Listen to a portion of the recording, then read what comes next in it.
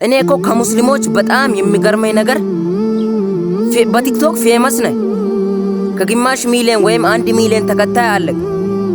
ግን ለአክሱም አንድ ድምጽ የሚሆን ቪዲዮ አትሰራም። በጣም የሚያሳዝን ነገር እኮ ነው። በጣም ያሳዝናል። ታሳዝናለህ። ይሄ ሁሉ ነገር እኮ እዚህ ጥለ የምትሄደው ነገር ነው።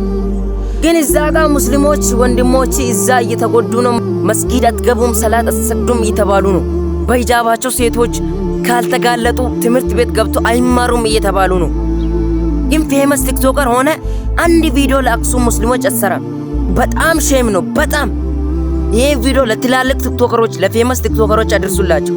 ለእስልምና ለአክሱም ሙስሊም ያልጠቀመ አካውንት ምን ያረጋል?